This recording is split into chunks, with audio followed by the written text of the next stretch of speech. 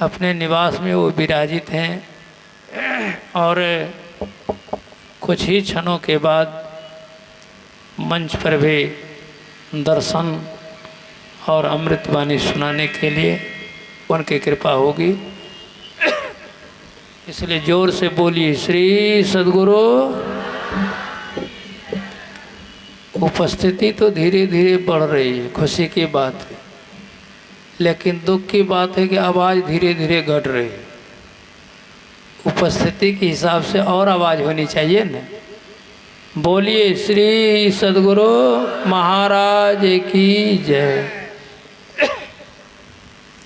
धन्य धन्य सद्गुरु सुख दो, महिमा कहे न जा। जो कुछ कहूँ तुम्हारी कृपा, मोते कछु न बसाओ। परम पूज्य परमाराध्य श्री सद्गुरु महाराज के पावन श्री चरणों में साष्टांग सादर समर्पित स्वनिवासित पूज्यपाद आचार्य महर्षि योगानंद परमहंस जी महाराज के श्री चरणों में कोटि से नमन। मंचासीन मुदमंगलमय साधु समाज, उपस्थित गुरुजन, सत्संग प्रेमी सदात्माओं, परमादरणीय माताओं, भक्तिमती बहनों, आप सबों को मेरा हार्दिक नमन है। निवेदन है कि एक बार उच्च स्वर में सद्गुरु महाराज की जय घोष करें। बोलिए श्री सद्गुरु महाराज की जय। अभी हम आप पाठ की कड़ी में ईश्वर के स्वरूप और उसकी प्राप्ति के बारे में श्रवण कर रहे थे। पूज्य महात्मा लोगों से भी हम लोगों ने बारी बारी से सुना ईश्वर का स्वरूप क्या है, ईश्वर किसको कहते, परमात्मा किसको कहते। संत महात्माओं ने ईश्वर के स्वरूप के बारे में बताया है। कबीर साहब लिखते हैं स्वरूप अखंडित व्यापी चैतन्य चैतन्य, ऊंचे नीचे आगे पीछे दाहिन बाएं अनन्य, बढ़ाते बड़ा छोटते छोटा में ही ते सब लेखा, सबके मध्य निरंतर साई दृष्ट दृष्टि सो देखा, चाम चश्मसी नजरिन आवे खोजू रो के नैना, चून चगून वजूद न माने ते सुभा नबूना ऐना आदि।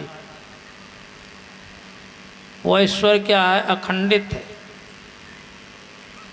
चैतन्य को भी चैतन्यता प्रदान करने वाले, सब जगह व्याप्त है। वो बड़ा से बड़ा है। कितना बड़ा है, ये सारी सृष्टि परमात्मा में समाई हुई है। अब विचार कीजिए सृष्टि कितनी बड़ी है, ये सृष्टि उसमें समाई हुई है। ये तो बात समझ में आती है। पुनः कहते हैं छोटते छोटा, सबसे छोटा, बारीक। ये बात समझ में आती है कि जो इतना बड़ा है इतना छोटा कैसे होगा। लेकिन विचार कीजिए तो हम लोगों की तबीयत खराब होती है, जाते हैं डॉक्टर के पास, डॉक्टर ब्लड टेस्ट लिख दिया। ब्लड टेस्ट में डॉक्टर क्या देखता है, कीटाणु को, बहुत सूक्ष्म बारीक कीटाणु, इसको इस आँख से नहीं देख सकते हैं। अब उसमें भी वो परमात्मा घुसा हुआ, कितने बारीक होंगे बिचारिए। इसीलिए कहते हैं छोटते छोटा, में ही ते सब लेखा, सबके मध्य निरंतर साएं दृष्टि दृष्टि सो देखा। सबके मध्य में, हम लोगों के भी मध्य में परमात्मा, सब जगह रहते हुए हम लोगों के अंदर है। मानस की पंक्ति बतलाती है, प्रकृति पार प्रभु सब उर्वासे, ब्रह्म निरीह विरज अविनाशी। सबके परे रहते हुए हम लोगों के अंदर में, तो हम लोगों के अंदर में कहाँ है वो परमात्मा, ये जानना पड़ेगा।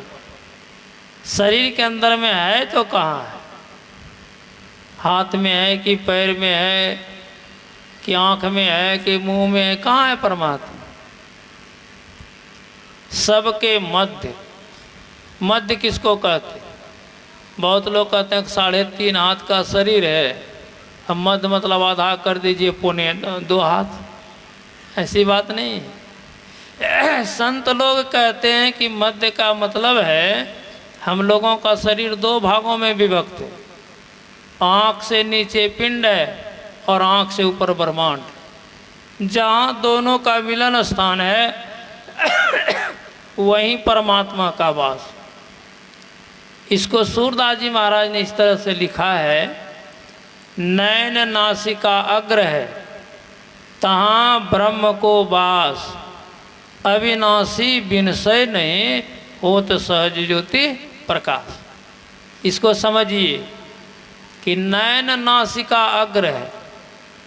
नैन कहते आँख को और नासिका कहते नाक को। दोनों का जहाँ अगला भाग कहाँ है? बहुत लोग तो यहाँ बताते हैं, ये अगला भाग नहीं है। अगला भाग कहाँ? जहाँ पिंड ब्रह्मांड का मिलन स्थान, वहीं ब्रह्म का वास है, वहीं परमात्मा का वास है। तो परमात्मा का वास वहाँ है, तो वहाँ जाएंगे तब ना परमात्मा मिलेंगे। हम लोग नीचे में हैं तो कैसे मिलेंगे? वस्तु कहीं ढूंढे कहीं, कई विधि आवे हाथ, कबीर तब पाइए जब भेदी लीजिए साथ। भेदी मतलब भेदिया बताने वाले, उसके साथ लेने का मतलब उसका ज्ञान सीख करके अंदर में साधन करेंगे, अभ्यास करेंगे तो वहाँ पहुँच जाए। गुरु महाराज ने कहने की कृपा की है, ता जाओ जहाँ प्रगट मिले वे, तब जानो है स्नेह, स्नेह बिना नहीं भक्ति होती है, कर लो साचा ने। पहले अपने आप को वहाँ पहुँचाइए। कहाँ? तो जहाँ पिंड ब्रह्मांड का मिलन स्थान। अब बिना वहाँ पहुँचे हम परमात्मा की खोज करते हैं, परमात्मा मिलेगा? नहीं मिले। तो ये स्थान कहीं बाहर में तो नहीं है, कहीं चले जाएगा स्थान मिलेगा। इसीलिए गुरु नानक देव जी महाराज के शब्दों में सुन रहे थे, काहे रे बन खोजन जाए। क्यों जंगल में आदि जगह परमात्मा को खोजने के लिए जाते हो? सर्व निवासी, सबके अंदर में निवास करने वाला, सदा अलेपा, सब में रहते हुए सबसे अलग, तो ही संग समाई, वह हम लोगों के अंदर में है। तो अंदर में भी हम लोग यदि सबसे अलग हो जाएंगे तब उसकी प्राप्ति, अलेप हो जाएंगे तब उसकी प्राप्ति हो जाएगी। अभी तो हम लोगों के ऊपर लेप लगा हुआ है, आवरण लगा हुआ है, बंधन लगा हुआ है। इसी को गुरु महाराज के श्री शब्दों में हम लोग पाते हैं, घटपट तिहू के पार में साईं बसई अंतरे, ज्यों मिलन को चाहता तो चटपट से कर संत संग रे। संतों का संग कीजिए, बिना संतों की संगति से आप इसको नहीं जान सकते। इसलिए वेदवाणी में सुन रहे थे, उस परमात्मा के तत्व रूप को प्राप्त करने के लिए सबसे पहले बुद्धि योग। अब बुद्धि योग का अर्थ होता है सत्संग। ऐसा नहीं कहा कि मंदिर में चले जाइए, तीर्थ में चले जाइए, धाम में चले जाइए, ऐसा कहा कुछ नहीं कहा। एक शब्द कहा कि सत्संग कीजिए, बुद्धि योग कीजिए। सब जगह से अपने बुद्धि को हटा करके सत्संग में लगा दीजिए, तभी आपका काम बनेगा, तब जानकारी मिलेगी परमात्मा के बारे में। और प्राप्ति के लिए अंदर में अभ्यास करना पड़ेगा। क्योंकि पहले हम लोग विचार में परमात्मा को नहीं जानते। मैंने पहले भी कहा कि जिसको हम परमात्मा जानते हैं मानते हो परमात्मा है ही नहीं। इसीलिए संत कबीर साहब ने पद में लिखा, अक्षय बट एक पुरुष है, त्रिदेवा भये डार, देवी देव शाखा भये पात भये संसार। वही परमात्मा अक्षय बट, बट मतलब वृक्ष, अक्षय जिसका नाश नहीं होता है, परमात्मा का नाश नहीं होता है। त्रिदेवा भये डार, देवी देव शाखा भये पात भये संसार। त्रिदेवा मतलब ब्रह्मा विष्णु महेश। बहुत लोग तो इसी को मानते, अभी सुन भी रहे थे कि ये लोग परमात्मा नहीं है। जग पे खन तुम देख निहारे, विधि शंभु न चाव निहारे, तेऊ न जाने मरम तुम्हारा, और कौन है जान निहारा, सोई जाने देव देव जनाई, अजानत तुम्हें तुम्हें हो जाए। मतलब ये लोग भी परमात्मा को नहीं जानते। ये सब भी रास्ते में रह गए। संत कबीर साहब के वाणी में है, खोजत खोजत शिव जी थाके। बहुत लोग कहते हैं ना कि शिवे परमात्मा है, उससे बढ़ करके कुछ नहीं। लेकिन पढ़िए संत कबीर साहब की वाणी को, वो कहते हैं कि उस परमात्मा को शिव जी खोजते खोजते थक गए, ब्रह्मा भी थक गए, विष्णु भी थक गए। पढ़िएगा संत वाणी समझिएगा तब ना। बिना पढ़े समझे हल्ला करते हैं कि इधर भूख के तरह एक इधर बोला हुआ तो दुनिया बोला हुआ, कभी होगा? नहीं होगा। ये लोग भी उस परमात्मा को खोजते खोजते थक गए, परमात्मा की प्राप्ति नहीं हुई। इसमें परमात्मा है लेकिन ये लोग परमात्मा नहीं। देवी देवता ही परमात्मा नहीं है, उसी का अंश सब है। देवी देव शाखा भय और हम आप पात भय संसार। ये सारी सृष्टि परमात्मा की है, लेकिन उसको प्राप्त करने के लिए क्या करना पड़ेगा? कुछ करना पड़ेगा। सबके अंदर में परमात्मा है, लेकिन दुख क्यों होता है, कष्ट क्यों होता है?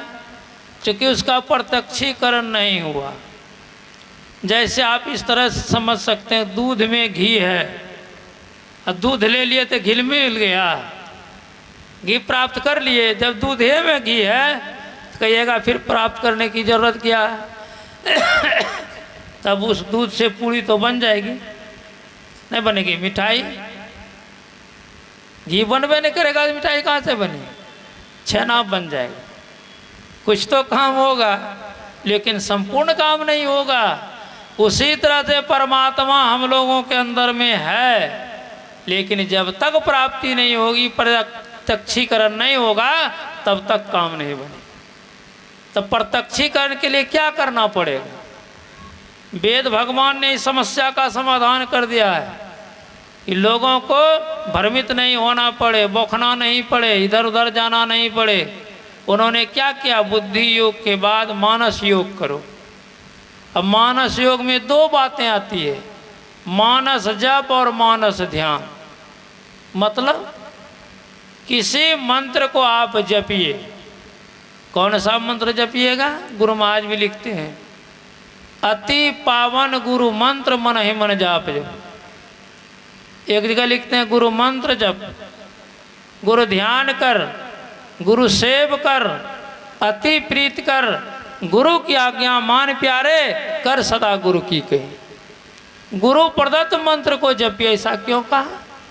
इसका मतलब है कि और मंत्र होता होगा। धर्मशास्त्र में 7 करोड़ मंत्र की चर्चा आई है। स्कंद पुराण से निकली गुरु गीता, उसी का एक मंत्र है, मैं सुना देता हूँ, कहीं पुस्तक मिलेगा तो देख लीजिएगा।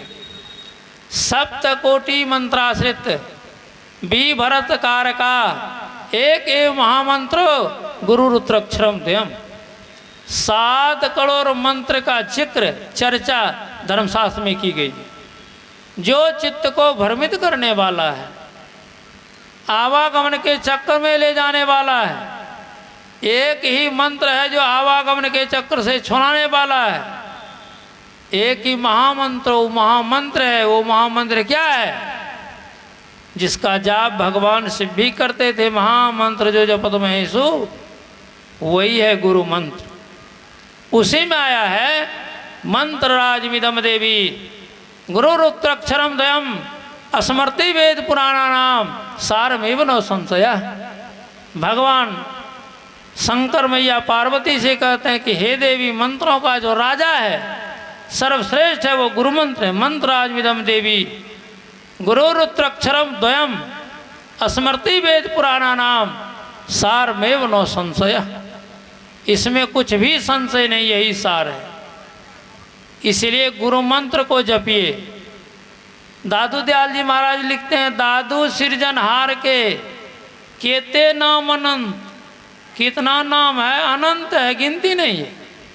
भगवान श्री कृष्ण ने मुचकुंद से कहा, अरे तुम मेरे नाम के बारे में पूछते हो, जितना संसार में धूल करने उतना मेरा नाम है। ऐसी को कबीर साहब ने इस तरह से लिखा, कोटि नाम संसार में ताते मुक्ति न हो, आदि नाम जो गुप्त जपा मुझे भी लाखों। करोड़ नाम है संसार में, मुक्ति नहीं होगी, परम कल्याण नहीं होगा। इसलिए उस नाम को जपिए जो नाम गुरु बतला दिए। गुरु प्रदत्त मंत्र को जपिए।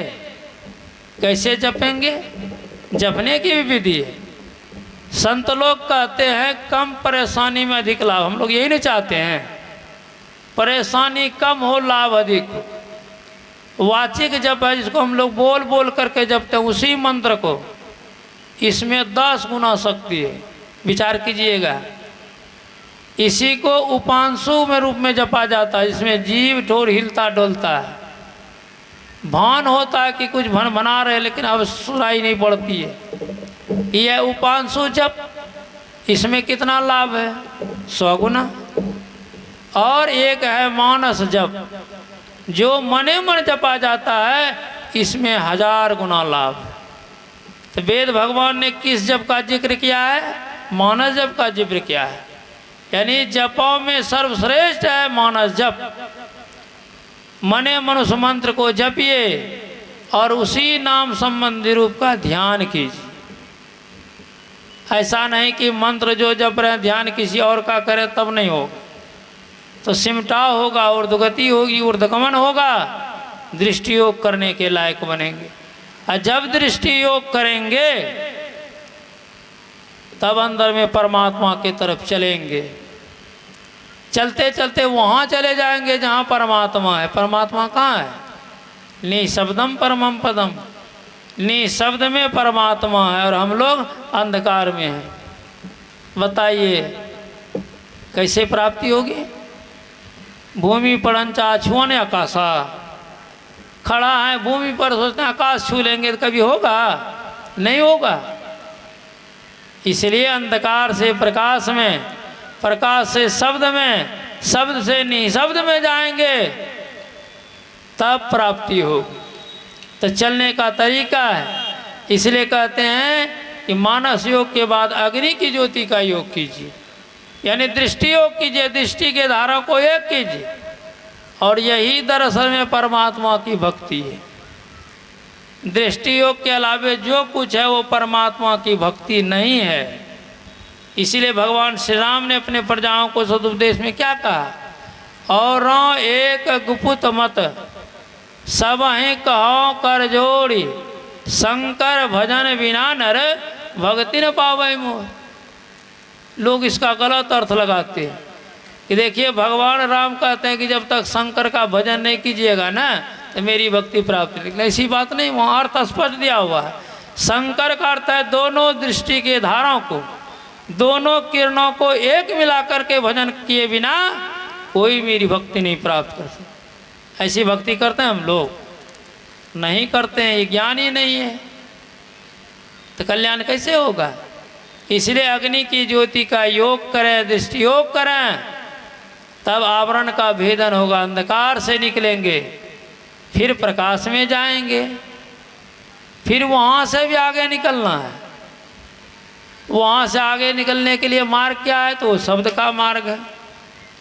इसीलिए गुरु महाराज लिखते हैं घटतम प्रकाश व शब्द पटत्रय, जीव पर है छा रहे कर दृष्टि और धन योग साधन ये हटाना चाहिए। इनके हटे माया हटेगी, प्रभु से होगी एकता, फिर द्वैतता नहीं कुछ रहेगी, स्मरण दृढ़ चाहिए। इसके लिए पाखंड और अहंकार तजी, निष्कपट हो और दीन हो, सब कुछ समर्पण कर गुरु की सेवा करनी चाहिए। पाखंड को छोड़ना पड़ेगा, अहंकार को छोड़ना पड़ेगा, सब कुछ समर्पण कहाँ करना है? गुरु के चरणों में। सब कुछ समर्पित करके उनके ज्ञान के मुताबिक अभ्यास करेंगे तो सारे आवरण के पार चले जाएंगे, तीनों आवरण के पार चले जाएंगे। इसी को भगवान श्री राम ने मुक्ति को उपनिषद में इस तरह से कहा है, बहुसात कथाकम थारो मंथन व्रत किम अन्वेष्टव्यम प्रयत्नेन मारुते ज्योतिरांतरम। हे हनुमान जी, बहुत से शास्त्रों को कथाओं को मथने से क्या फायदा? देखिए लोग आज करते हैं, कहीं भागवत करते हैं तो कहीं अखंड करते हैं, कहीं कुछ करते हैं कि उससे प्राप्ति होगी। ऐसा तो राम भगवान नहीं बतला रहे, वेद भगवान नहीं बतला रहे हैं, उपनिषद नहीं बतला रही है। कहते हैं इससे प्राप्ति नहीं होगी, तब इसको छोड़ दो, यत्नवान हो करके युक्ति सीख करके अपने अंदर में ज्योति का खोज करो। जब तक युक्ति सीख करके नहीं करेंगे अंदर में ज्योति प्राप्त नहीं हो। अब उस ज्योति को प्राप्त करने के लिए लोग क्या करते हैं? होम कुंडी बना लेते हैं, वही अग्नि प्रकट करते हैं। क्या होगा उससे प्रकट करने से? अरे जब तक अपने अंदर में ज्योति प्रकट नहीं होगी तो कल्याण नहीं होगा। वो स्वामी तुलसीदास जी महाराज, जब लगी नहीं हृदय प्रकाश और विषय आस मन माहे, तुलसीदास तब लग जग जोनी, भरमत सपनों सुख नाहि। स्वप्न में भी सुख नहीं मिले। बाहर में तो कितना प्रकाश होता है, कहा नहीं जा सकता, लेकिन परम कल्याण हो गया नहीं। अंदर में थोड़ा सा प्रकाश हो जाएगा, झांकी भी प्रकाश की मिल जाएगी तो मन आपका पवित्र हो जाएगा। कहीं पूरे प्रकाश को प्राप्त कर लेंगे तो पूरी प्रकाश रहूँ तो लोग का बहुत दिन सुख बहुत दिन मन शोका, जिन्हें शोक ते कहूँ बखाने, प्रथम अविद्या निशान सान। सारी अविद्या अंधकार अज्ञान खत्म हो जाएगा, वो ज्ञानी हो जाएगा और फिर शब्द के सहारे नहीं शब्द में जाएगा। यही मुख्य साधन है ईश्वर के तत्व को प्राप्त करने के लिए। जब तक ये साधन नहीं करेंगे तब तक नहीं हो। इसलिए गुरु महाराज के श्री शब्दों में भी सुन रहे थे, जीवो परम पिता निज चिन्हो। परम विशेषण है जो सबके पिता है, उसकी पहचान करो। नहीं करेंगे तब क्या होगा? द्वैत प्रपंच के सागर बूरो, असहो दुख भारी।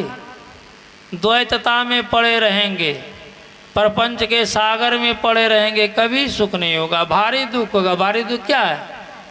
दुख तो बहुत तरह का है, खाने का दुख है, घर का दुख है, और भी तरह का शारीरिक कष्ट है। लेकिन इस दुख को संत महात्मा लोग कहते हैं कुछ भी नहीं है।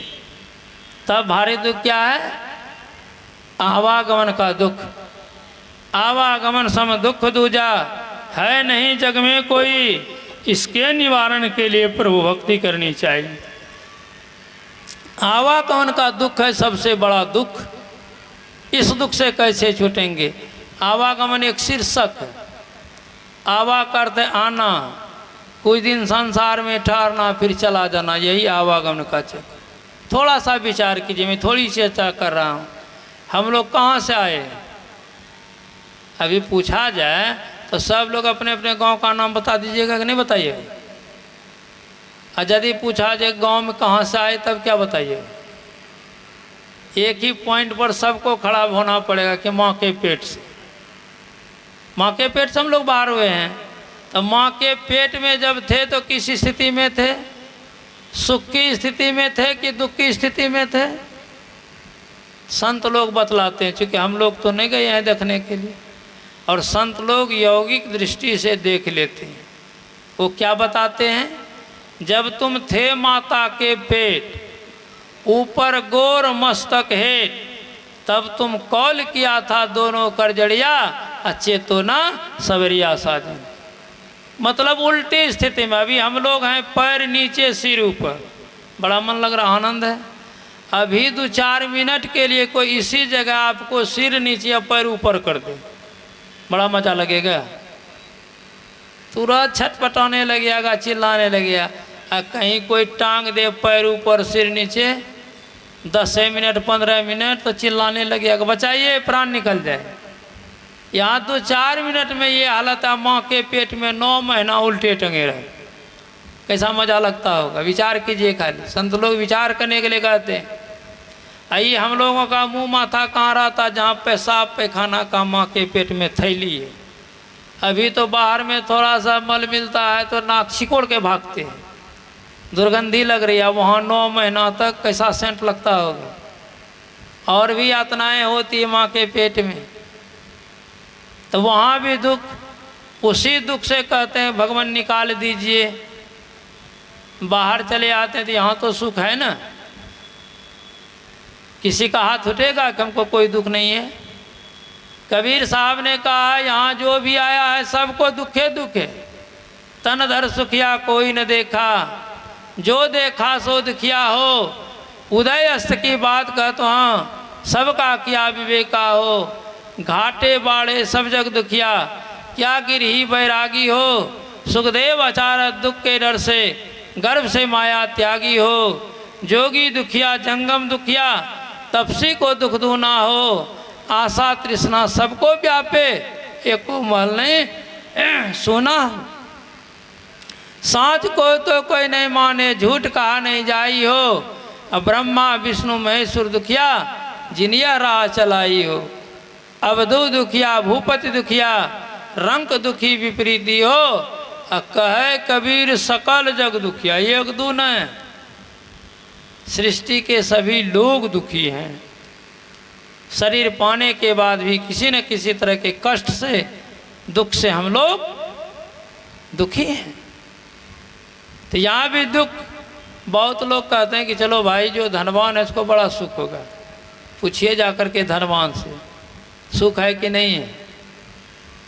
संत लोग बतलाते हैं, रे निर्धन कहे धनवान सुखी, धनवान कहे सुख राजा को भारी। राजा कहे चक्रवर्ती सुखी, चक्रवर्ती कहे सुख इंद्र को भारी। इंद्र कहे चतुरानन सुखी, चतुरानन कहे सुख विष्णु को भारी। और तुलसीदास विचारी कहे, हरि भक्ति बिना सब जीव दुखारी। कहने के लिए है, जाइए ना उसके पास, जिसको आप सुखी मानते हैं ना, उनके पास जाइए, तब पता चलेगा। लगेगा कि हम लोगों से ज़्यादा दुखी वही सुखी नहीं है। कहने के लिए सब एक दूसरे को उंगली दिखा रहे हैं कि वो सुखी, वो सुखी, वो सुखी।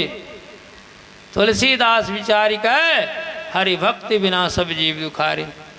जो परमात्मा की भक्ति नहीं करता वो सब दुखी है, और जो परमात्मा की भक्ति करता है, संत सुखी मन जीती हो। कबीर साहब लिखते हैं, वो कौन है तो वो संत है। संत किसको कहते हैं? जो सारे के अपने आप आवरण से ऊपर उठा लिया, अंधकार प्रकाश शब्द से ऊपर उठ गया, दुख के देश से वो सुख के देश में चला गया, वही तो सुखी है। तो वही युक्ति बतलाते हैं कैसे उस सुख के धाम में प्रवेश करेंगे। आज से इसका प्रचार नहीं, सृष्टि के आदि काल से ये प्रचार सृष्टि के आदि काल से चलता चला रहा है, आज की बात नहीं है। जिन्होंने अपनाया, जिन्होंने आदर किया, उनका परम कल्याण हो गया, और जो अल्ठाया वो दुख में पड़े हुए। भक्ति निशेनी मुक्ति की, संत चढ़े सब धाय, और जिन जिन मन आलस किया जन्म जन्म पछताए। इसलिए आलस करेंगे तो और पछताना पड़ेगा।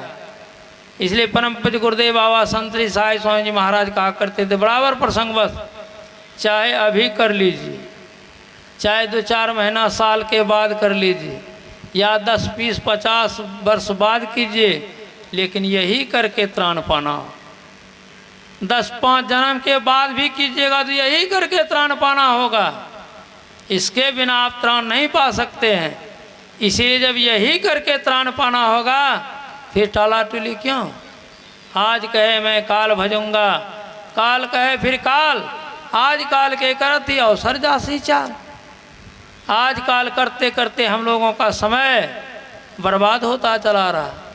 तब काल करो सो आज कर, आज करो सो अब, पल में प्रलय होएगा, बहुरी करोगे कब। पल में देखते हैं क्या से क्या हो जाता, कब कीजिएगा। इस शरीर जितना बेशकीमती है उतना क्षण भंगुर भी, देखते देखते विनश जाता है। सहजवाई कहते हैं पानी का सा बुलबुला, यह तन ऐसा हो, पी मिलन को ठानिए, रहिए ना परिसोई, रहिए ना परिसोई, बहु ने मन खा दे। आपुन ही को खोज मिले जब राम सने ही, हरि को भूले जो फिरे, सहजो जीवन छार, सुखिया जब ही हो योगे, सुमरोगे करता। पानी के बुलबुला की संज्ञा दे। बारिश में हम लोग देखते हैं आकाश की बूंद जब निचले पानी सतह पर पड़ता है तो चोट से फफोला होता है, जो ढलमल ढलमल देखने में बड़ा कोमल लगता है और देखते देखते वो फट जाता है, विनाश हो जाता है। उसी तरह शरीर है, पता नहीं कब विनाश जाएगा, इसका कोई गारंटी नहीं। लोग मनसुआ बनाते रहते हैं, अच्छा देखा जाएगा, आज नहीं तो कल, अगले साल, दूसरे साल, करते करते वही हो जाता बेमिसाल, वही संसार से चला जाता है। फिर क्या कर सकेंगे। इसलिए कल पर नहीं छोड़िए, काल करो सो आज कर, आज करो सो अब, पल में प्रलय होएगा, बहुरी करोगे कब। कब कीजिएगा, जब तक कीजिएगा नहीं तब तक परम कल्याण होगा नहीं। इसलिए कहते हैं इसकी पहचान कीजिए, बिना पहचान किए हुए नहीं हो सकेगा। पहचान कीजिए। पहचान के लिए गुरु गम से सुषमन में पैठ के अंतर पथ धारे, गुरु युक्ति से अपने अंदर में बैठिए, धसिए। बिना गुरु युक्ति से अंदर में नहीं दे सकेंगे। और ब्रह्म ज्योति ब्रह्मनाद धार धरी हो सबते न्यारे, यही दो अवलंब है, ब्रह्म ज्योति और ब्रह्मनाद। इसी के द्वारा हम लोग सारे आवरण को पार कर जाएंगे। तब कहाँ चले जाएंगे, द्वैत पार तन मन बुद्धि पारा, द्वैतता के परे हो जाएंगे, तन मन बुद्धि के परे हो जाएंगे। अभी तो तन मन बुद्धि के घेरे में हम लोग, और यही दुख का कारण होती ख्वाड़ी, हर वक्त पतन होते रहता है। इससे निकल जाएंगे तो पतन से बच जाएंगे, नीच जोनी में नहीं आएंगे। द्वैत पार तन मन बुद्धि पारा, ज्ञान होए सारी। ज्ञान की पूर्णता कहाँ होती, दुनिया भर का ज्ञान आप सीख लीजिए लेकिन पूर्ण ज्ञानी नहीं होंगे।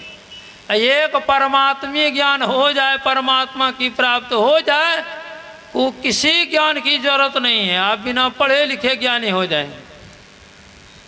जैसे कबीर साहब को लीजिए, कबीर साहब के बारे में क्या कहा गया, मसी कागज सियो नहीं, कलम गयो नहीं हाथ। विद्वान कितने बड़े हो गए, आज उनके ज्ञान को शोध करने के लिए PhD की उपाधि लेनी पड़ती है, तब वो अधिकारी बनता है। कितने ज्ञानी थे कि भैंसा से वेद पढ़वाते, देख लीजिए। हम लोग जानते हैं ना, पंडित लोगों ने एक बार षड्यंत्र किया, भंडारा का आयोजन किया, और कबीर साहब को भी निमंत्रण दे दिया। उसमें शर्त रख दिया कि जो वेद मंत्र को स्वस्वर उच्चारण करना जानेंगे वही इस भंडारा में भाग ले सकते। कबीर साहब तो अपने अंतर जान, वो सोच लिए क्या होने वाला है, तो सब लोग भंडारा में जाते हैं बोलेरो स्कॉर्पियो कार से ना, और वो ऐसा कार का निर्माण किया भैंसवे पर चढ़ करके चले। जब गए भंडारा के तरफ तो लोगों ने देखा तो हंसने लगे। कबीर साहब कहते हंसो न, मेरी ही बारी आ रही है, जब हम हंसेंगे तुम लोग हवा में उड़ जाएंगे। पहुंच गए, गेट की वहाँ खड़ा था। कहते बाबा कहाँ जा रहे हैं, कहा भंडारा में। कहा यहाँ शर्त है, कि जो वेद मंत्र को स्वस्वर सही सही उच्चारण करना जानेगा वही जा सकता। कहा भाई हम पढ़े लिखे नहीं हैं। कहा तब तो नहीं जा सकते हैं। कहा देखो निमंत्रण कार्ड। कहा हम नहीं जानते हैं, यहाँ का जो शर्त है, यहाँ का जो नियम वो पूरा करना पड़ेगा। कहा क्या शर्त है? कि जो स्वस्वर न। कहाँ? कहा यदि भैंसवा पढ़ेगा तब। अब तो सब मुँह देखने लगा, ये तो अपने पढ़ने के लिए जानता नहीं है, भैंसवा कैसे वेद मंत्र पढ़ेगा? कहा बाबा नियम तो यही, हो तो जा ही सकता है। उतर गए भैंसा पर से, पीठ ठोक दिया कभी। कहा पढ़ो वेद मंत्र, घुसो ही पंडाल। वो भैंसवा जो वेद मंत्र पढ़ते हुए पंडाल में घुसा, सब पंडित जी भागा हवा में उड़। एक के ऊपर वो गिरता है, एक के ऊपर वो गिरता है, पता नहीं किसको क्या करेगा। तो देख लीजिए भैंसवा में और उसमें क्या अंतर है? क्या अंतर है? पढ़े लिखे नहीं थे लेकिन कितने बड़े विद्वान थे। ये एक ऐसी विद्या है जिस विद्या को पढ़ लेंगे तो उसमें पढ़ने की जरूरत ही नहीं पड़ती। त्रिकुटी महल में विद्या सारा, धनहर गरजे बजे नगारा। जो इस त्रिकुटी में पहुंच जाते हैं बिना पढ़े लिखे, उनके अंदर में सब ज्ञान उतर जाता। इसीलिए संत महात्मा लोग की जीवनी पढ़िए, तीसरा पास, चौथा पास, सातवां पास, और उनकी वाणी है इससे कैसी है। उनको शोध करने के लिए अहेक विद्या की प्रकाष्ठा को प्राप्त करनी पड़ती है, तभी वो शोध कर सकता है। इसीलिए संत महात्मा लोग कहते वो ज्ञान कहाँ होता है? द्वैत पार तन मन बुद्धि पारा, ज्ञान होए सारी, अब मैं ही सो पितु चिन्ह में आवे, दुख टरे भारी। परमात्मा की पहचान हो जाएगी तो भारी दुखों से छुट्टी मिल जाएगी। भारी दुख मतलब आवागमन का दुख, उस दुख से हम आप छूट जाएंगे, कभी आवागमन के चक्कर में नहीं आएंगे। अरे जन्म ही नहीं होगा तो मरेंगे, जन्म मृत्यु के चक्कर से छूट जाएंगे। ये है भक्ति का फल। ये ईश्वर की, परमात्मा की भक्ति करने से, उनकी प्राप्ति करने से होती। इसलिए संत लोग सही भक्ति करने के लिए बतलाते। और हम लोग कैसी भक्ति करते हैं? यह दुनिया दीवानी भक्ति भाव नहीं बुझे जी। कोई नहीं समझता, कोई आवे तो बेटा मांग न, यही गोसाई दीजिए जी। कोई आवे तो ब्याह सगाई भेंट रुपया लीजिए जी। कोई आवे तो दुख का मारा हम पर कृपा कीजिए जाए। यही भक्ति है। कबीर साहब कहते कहते सांचे का कोई ग्राहक ना है, और झूठे जगतपति जय जी। कहे कबीर सुनो भाई शादी, अंधे को क्या कीजिए। ये सब अंधा, इसको क्या कहिएगा, क्या बताइएगा? संसार की भक्ति करके संसार की चीज को मांगते हैं। और मानस में लिखा गया है, जब तक भक्ति सकाम है तब नंग निष्फल से। इसलिए कामना सहित नहीं, कामना रहित भक्ति कीजिए। गुरु महाराज के भी श्री शब्दों में क्या लिखा गया है? आशा को भी छोड़ दिया, निराशा को भी छोड़ दिया। आशा निराशा छोड़कर मतलब क्या हो? आशा भी छोड़ दें, निराशा भी छोड़ दें।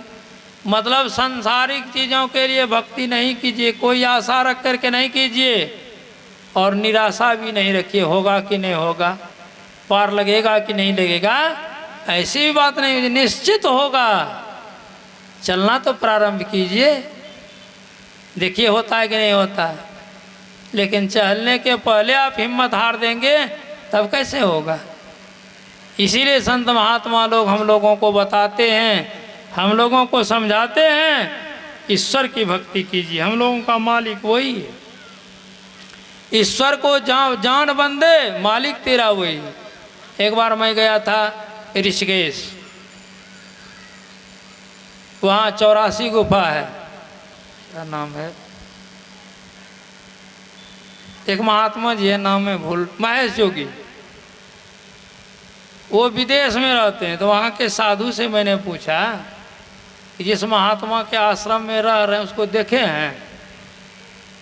कहना है बाबा तो सब दिन विदेश में रहते हैं, तो कहाँ से देखें? वही हालत हम लोगों की है। जिस मालिक की बनाई है दुनिया में रहते हैं, उस मालिक को देखे हैं? किसी के पास उत्तर है क्या? कितनी दुर्भाग्य की बात। इसलिए इस दुर्भाग्य को सौभाग्य में परिणत करने के लिए हम लोगों को ये चीज करना पड़ेगा। जब तक नहीं करेंगे नहीं होगा। इसके लिए संत महात्माओं ने कहा कि संसार को भी मत छोड़िए, संसार का भी काम काज कीजिए, क्योंकि जीवन बिताओ स्वावलंबी भरम भाड़े फोड़ कर, संतों की आज्ञा है ये मैं ईमान धर चल छोड़ कर। जीवन कैसे बिताना है? स्वावलंबी। संत मत, साधु संत किसी को परोपजीवी नहीं बनाता है कि दूसरे पर आप आधारित रहें। नहीं नहीं, अपने से पुरुषार्थ करें, कमाई करें, भोजन करें और भजन करें। सबके लिए कहता, साधु महात्मा को कहता दूसरे के ऊपर भार मत बनिए, दूसरे का अन्न खाने का प्रयास मत कीजिए, नहीं तो खूने खराब हो जाए। खाते हैं तो कुछ करके कीजिए। एक संत महात्मा लोग कहते हैं, संत महात्मा लोग क्या करेंगे? सत्संग जो करते हैं, ज्ञान जो बांटते, ये भी उनकी कमाई है, कमा करके खाइए। यहाँ तक गुरु महाराज कहते थे अपने पिताजी का भी बिना कमाई का नहीं खाना चाहिए। पिताजी का अन्न खा रहे हैं तो कुछ ना कुछ का काम कर दीजिए। भले आप साधु हैं, महात्मा हैं, अलग बात है, कुछ ना कुछ काम कर दीजिए, नहीं तो खून खराब हो जाएगा। इसलिए संत महात्मा लोग पुरुषार्थी बनाते हैं, अपने से कमाइए, अपने भी खाइए, औरों को भी खिलाइए। अरे उतना तो सबके नहीं को चाहिए ना। साईं इतना दीजिए जामे कुटुंब समाए, अब मैं भी भूखा ना रहूं, साधु न भूखा जाए, इतना तो सबको चाहिए। बाबू हो कि बाबा हो, केवल बाबू को चाहिए। बहुत बाबू लोग तो बाबा को सबसे क्या मतलब है? नहीं है। बाबा के पास जब बाबू जाते तो उनकी सेवा कैसे करेगा? कैसे करेगा सेवा? तो इतना तो सबको चाहिए, बाबू हो कि बाबा, लेकिन अधिक नहीं, अधिक नहीं। जीव को उपार्जन के लिए चाहिए। इसलिए कहते हैं स्वावलंबी जीवन व्यतीत कीजिए और नियमित रूप से भजन कीजिए। ऐसा नहीं कि कभी किए कभी नहीं किए, तब नहीं हो। नियमित रूप से जो कीजिए, थोड़ा थोड़ा ही कीजिए। त्रैकाल संध्या करने के लिए संत महात्मा लोग बतलाते, तीनों काल में थोड़ा थोड़ा समय निकाल करके संध्या वंदन कीजिए। जो युक्ति आपको मिली है उस युक्ति से आप मानस जप, मानस ध्यान, दृष्टि योग और सुरत शब्द योग करें।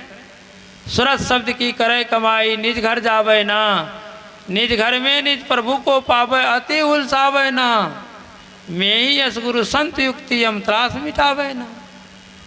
संतों की युक्ति से यम त्रास मिटेगा।